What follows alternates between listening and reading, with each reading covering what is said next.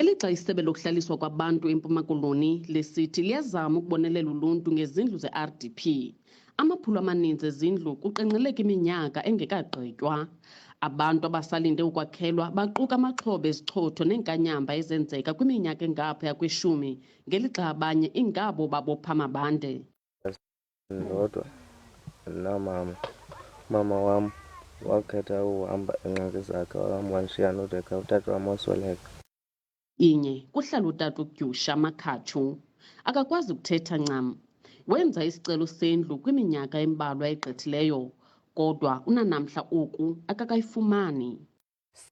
Bona ukukubana siyifemeli masimtenele. Sithe sisatena njalo kwafika izulu lemvula esenzile phofu isicelo sokuba makakhelwe indlu ngurhulumente. Xa ndinokutya phaa kwam ndithi kule nkosikazi mayizise ukutya phaa kumnina wam. Sawuphela ke ahambe gaqa kule mesi. Kwabantu lithi kuza kuthathwa amanyathelo ngakumagosa angayisebenzisanga imali eyabelwe ulwakhiwo lwezindlu.